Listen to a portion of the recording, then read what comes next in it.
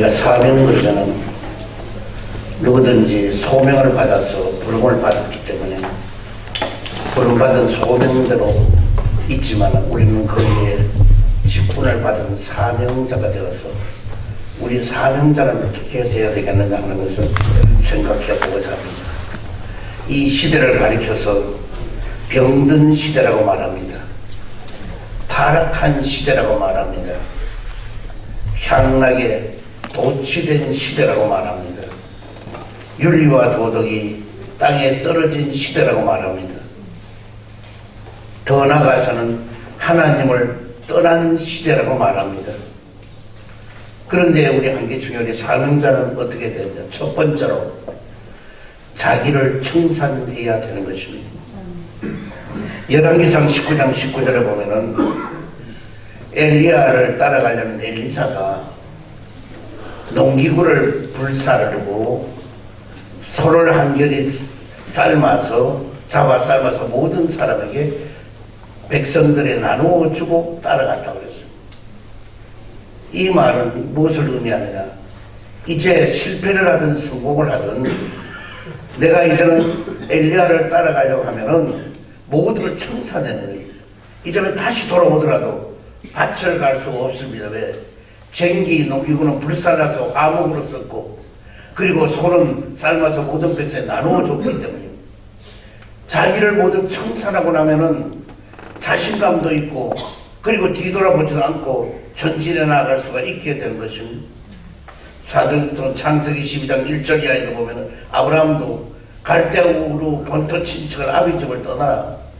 그가 갈 바를 알지 못해도 떠났다고 하는 것은 무엇을 의미하는가? 바로 본토 친척 아비 집이 정든 고향이고 그곳에 있고 싶은 마음이 간절하지만 바로 하나님이 떠나라고 하면 떠났던 것이고 오늘 우리 주의 종은 떠나라고 하면 떠날 수가 있어야 될 것입니다. 천년만은 내 아니면 안 되고 내가 모든 걸 지키고 나가야 되겠다.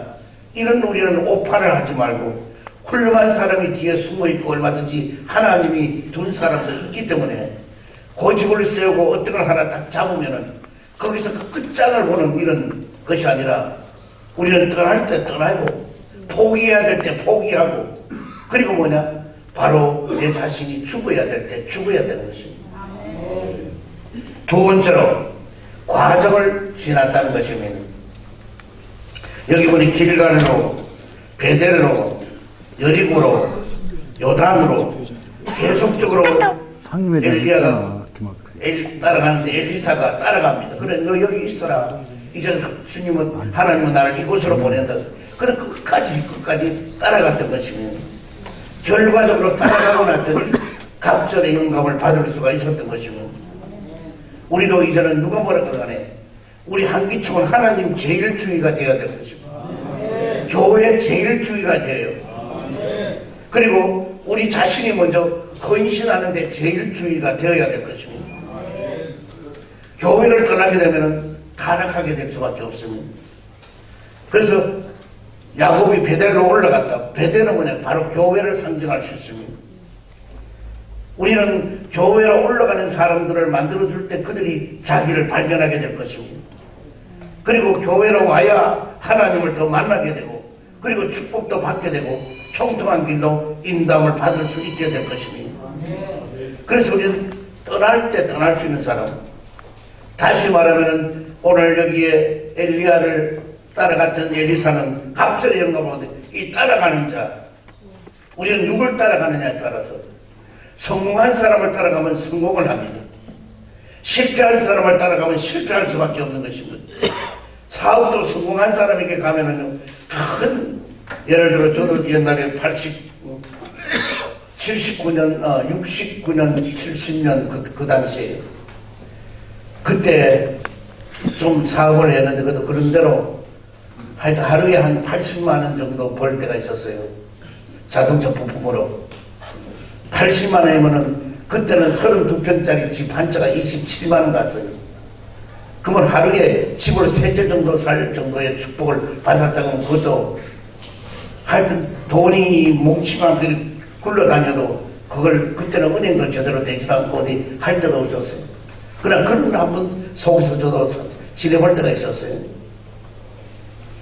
근데 오늘 성공한 사람을 따라다니면은 그 사람이 예를 들어 내가 실패를 했다. 그러나 성공한 사람이 같이 쭉쭉 부러진 닭처럼 그냥 말도 안 하고 가만히 눈만 껌뻑하고 따라다니면은 나중에 점심때 되면은 식사로 가자고. 그러면서 뭐 갈비집에 가자. 얼마나 그동안에 고생 많았냐고. 그리고 갈비도 사주고. 그리고 입만 다물고 가만히 눈만 껌뻑 그러면은 거기서 나중에 뭐냐 돈도 보수도 몇십만 원짜리 아니면 몇백만 원짜리 주면서 이거 쌀 사서 가정에 잘 이끌어가라고 그렇게 합니다. 그러나 실패한 사람 따라다니면 말은 그렇게 많아요. 똑똑이는 세상 거 다 똑똑해. 모르는 거 하나도 없어요. 그렇게 다 얘기하다가 점심때 되면 어느 누가 라면 한 그릇 사는 것도 부담이 돼가지고 살 사람이 없게 되는 것이고, 오늘 목회도 하는 것도 마찬가지예요. 우리가 성공한 사람을 따라다니면 목회 크기를 배울 수가 있어요. 그러나 실패한 목회소에 있으면 그렇게 원망 불평도 많고 그러니까 모든 것이 될 수가 없어요. 저는 제가 잊을 수 없는 건 제가 초등학교 때입니다. 공부는 그런 대로 다 잘하는데 미술은 그리면 만날 양가예요. 그래서 다른 애들은 수고, 우고, 수에서 교실 뒤에다가 게시판에다가 다 붙는데 나는 양가니까 도저히 안 돼. 근데 한 번은 우리 친척이 크레파스를 그때는 12색깔밖에 뿐이었어요. 그런데 서울에서 24색 되는 걸 저희한테 보냈어요. 그걸 가지고 제일 그림을 잘 그리는 그 애 옆에 갔어요. 가서 보고는 야 이거 크레파스 너 이거 만들었어 그랬더니만은 아이고 이거 야 나 처음 보는데 이거 써도 돼 그래. 아 만들었으라고. 그 대신에 내가 너가 그리는 것대로 나도 따라 그리면 돼 그랬더니만 얼마든지 해 그래. 그래서 걔가 스케치하는 대로 나도 같이 똑같이 스케치했어요. 다 해가지고 했더니 나중에 뒤에 가서 게시판에 붙는 거는 말할 것도 없고 나도 수예요. 그랬는데 그걸로 끝났으면 좋은데 나중에 군 뭐 경시대회나 이런 거 미술 뭐 대회 하는데 나를 뽑았어요. 그래서 내가 담임 선생님도 사실 제가 옆에 있는 채숙인데 이 애 보고 내가 그냥 따라 그렸지. 나는 그렇게 그릴 줄도 모른다고. 그래서 채숙이 보고 야 이 그래파스는 다 줄 테니까 너가 가져가서 한번 실력을 발휘해보라고 그런 일이 있었어요. 오늘 우리는 잘하는 사람을 우리 따라서 조금만 해도 큰 도움이 되고 달라지게 될 것이고, 두 번째로 뭐냐, 세 번째로 능력이 있어야 되는 것입니다. 우리는 영권이 있어야 돼요. 절대로 우리 한기총은 영역을 잃어버리면 안 돼요. 그래서 우리는 신용운동, 성령 열매운동, 그 다음에는 은사운동, 성령 충만한 운동, 이것이 철저하게 우리는 돼야 될 것입니다. 절대로 이제는 종교다원주의가 이제는 팽배하잖아요. 교회가 1000만 명이면 뭐하고 교인이 1000만 명 이상 되면 뭐해요? 그 속에서 주님이 원하시는 건 뭐냐? 주님 뜻대로 하는 교회가 되어야 될 것입니다. 신본주의가 되어야 될 것입니다. 주님이 원하는 주의가 되어야 될 것입니다. 모두 화합하고 연합한다고 물론 그건 좋죠. 취지는 너무나 좋죠. 그렇다고 해서 어느 단체가 NCC나 WCC나 WEA나 모두 다 같이 가자. 그 속에서 어떤 기도가 나옵니까? 예수, 공자, 석가 이름으로 기도합니다. 그렇게도 지금 하고 있잖아요. 나는 한기총을 앞날도 마찬가지고 지금 뭐 숫자가 많이 오고 누가 여기 오고 안 오고 그게 중요한 게 아니에요. 과연 한기총을 하나님이 얼마만큼 기뻐하시고 하나님으로부터 얼마만큼 쓰임 받느냐, 그것은 바로 우리가 하나님의 뜻대로 사는 삶이 되어서 하나님으로부터 우리가 받아서, 저도 그래요. 어떤 데는 설교할 때 붕에도 많이 다니고 하지만은 그냥 열심히 막 연구도 하고 이래요. 막 공부도 하고 해가지고. 그래서 나가면은 역사가 안 돼요. 어떤 날은 제가 설교를 한 2000번 하나 가지고 이상 했던 것도 있습니다. 그래, 그걸 붙들고 무릎 꿇고 주님, 제가 오늘 나가서 설교를 해야 되는데, 나만 할 수 없습니다. 주님, 나에게 힘을 주시옵소서. 성령의 충만함을 주시옵소서. 저들의 심령 속에 성령이 파고 들어가게 해주시오. 그래서 오직 작은 설교 내용도 위로부터 받아서 전하는 거는 힘이 있어요. 능력이 나가요. 그리고 상대방이 녹아지는 역사가 일어나게 돼요. 그러나 아무리 칼바람 뜯고 하고만 나가는 거는 그냥 지적으로 들지 몰라도 그 변화가 오지 않아요. 오늘 우리 한기총 이제부터 각 교단이 크든 적든 일단 한 배를 타고 같이 간다면은 우리는 어떠든 간에 영성으로 충만해지기를 바랍니다. 영권이 넘쳐나기를 바랍니다. 그 다음에는 우리는 지력, 실력이 있어야 돼요. 절대로 공부해야 돼요. 아니라고 해서는 절대로 안 될 겁니다. 우리가 목회자가 이제는 한 10만 명이 훨씬 더 넘을 텐데 그 중에서 과연 내가 얼마만큼의 대열에 서 있느냐 생각해보면 알 거예요. 이 많은 속에서 내가 어떻게 살아남을 수 있을까? 그건 끊임없이 공부해야 됩니다. 공부 중에서 무슨 공부를?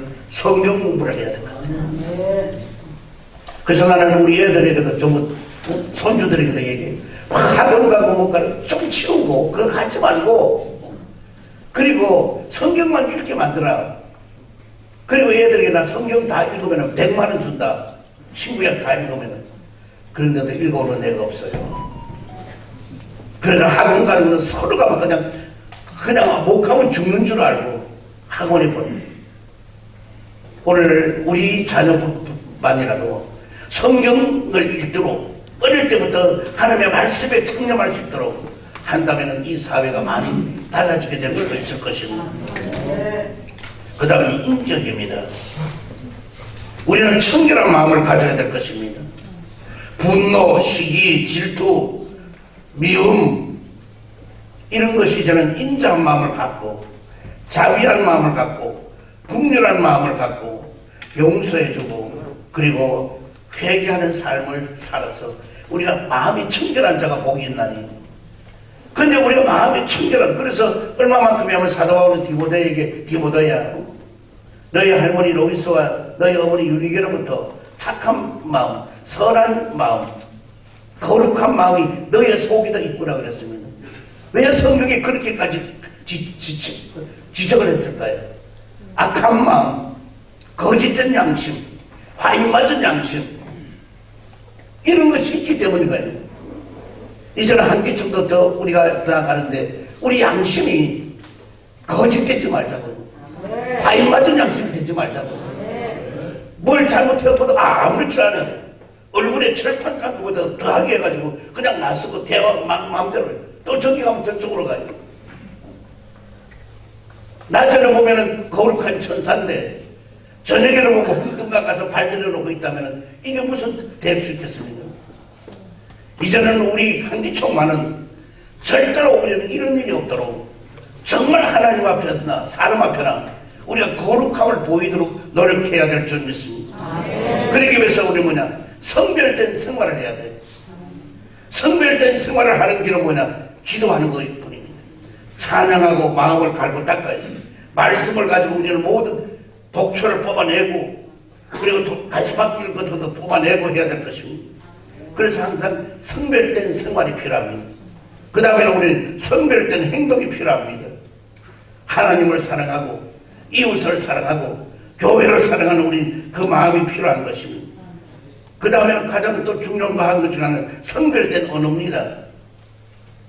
우리는 언어 순화를 해야 될 것입니다.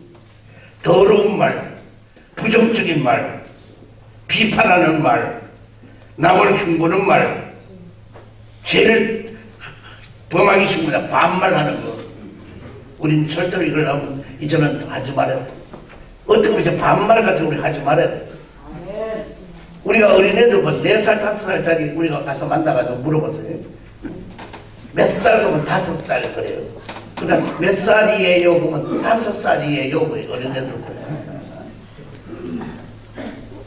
이제 우리가 웬만하면 반말 같은 거 아무리 아무리 집에가 높고 아무리 나이가 많아도. 나는 얼마 전에 어느 목사님을 모셨는데요. 그분도 지금 89세인가 그래요.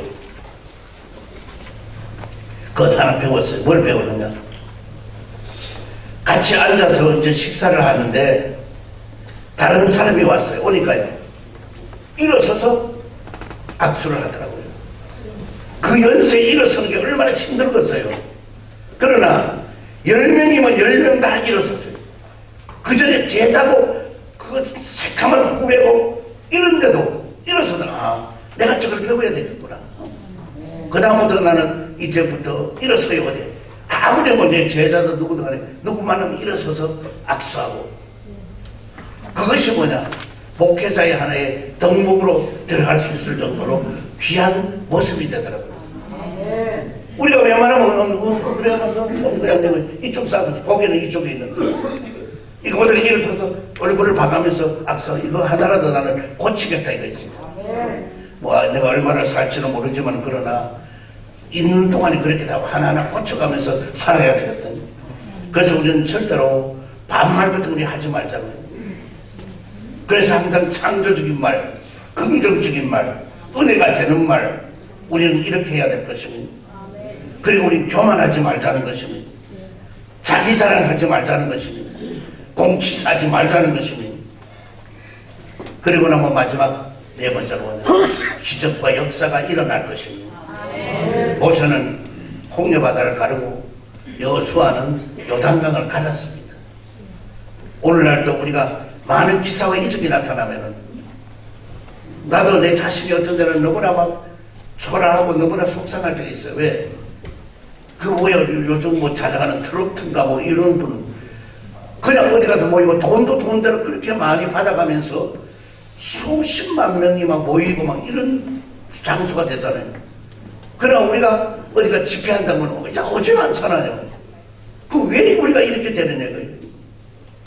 내가 듣기로는 옛날에 이단으로 있었던 양도천 같은 분도 한강 백사장에서 설교를 하면은 50만 명, 60만 명 모였다고 얘기를 들었어요.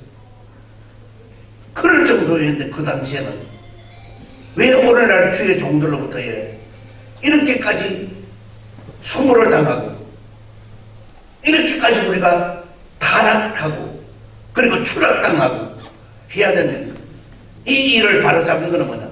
이제 한기총에서 바로잡아야 돼요. 우리 정성희 목사님이 대가 세니까 아주 목숨 걸고 한기총을 어쨌든 바로 세워놓겠다는 각오를 가지고 뭐 외부에서 어떤 압력이 오든 어떻든 간에 우리는 이 일을 특별히 잠깐 오늘 얘기를 오기 전에 들었는데 10대 종단을 한기총 이때까지 이끌어오고 잘해왔는데 다른 어떤 단체에서 그걸 가지고 간다고 압력으로 어린 밤풀릴 수 없는 소리 하지 말라고 그래요. 그게 어떻게 가능합니까? 저들이 그걸 감내고 원하면은 일이 복귀에 들어오면 되어요. 전부 다 한기총에서 파생된 거지. 한교총이나 한교이나 한기현이나 전부 다 한기총에서 나간 사람들이 뭐 나간 사람은 집 나갔으면 들어오면 누가 뭐라 그래요? 그런 거지. 들어오지도 않고 자꾸 이상하게 뭐 얘기하면 누가 듣습니다. 그리고 한교총 지난번에도 그 옛날에 오정영 목사님 교회 사랑의 교회요. 거기서 기자회견했어요. 그때 나도 이 한기총 대표로 나가서 있는데 거기 95%래.